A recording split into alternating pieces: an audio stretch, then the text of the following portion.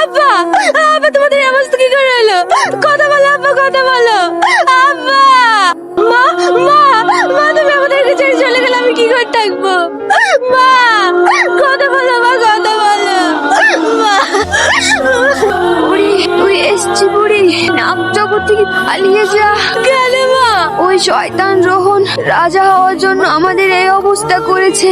তুই পালিয়ে যা বুড়ি, তুই পালিয়ে যা। মা, মা, আমাকে একা রেখে তুমি চলে যেতে পারো না মা। মা, তার মানে তুই পালিয়ে এসেছিস আর ওই শয়তান নাগরাজকে শেষ করে দিয়েছে। হ্যাঁ বুড়িমা, ওরা আমার আব্বা মাকে মেরে ফেলেছে, এবার ওরা আমাকে মেরে ফেলবে।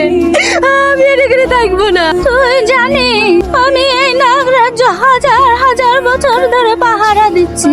আমি তোর পিতাকে কথা দিয়েছি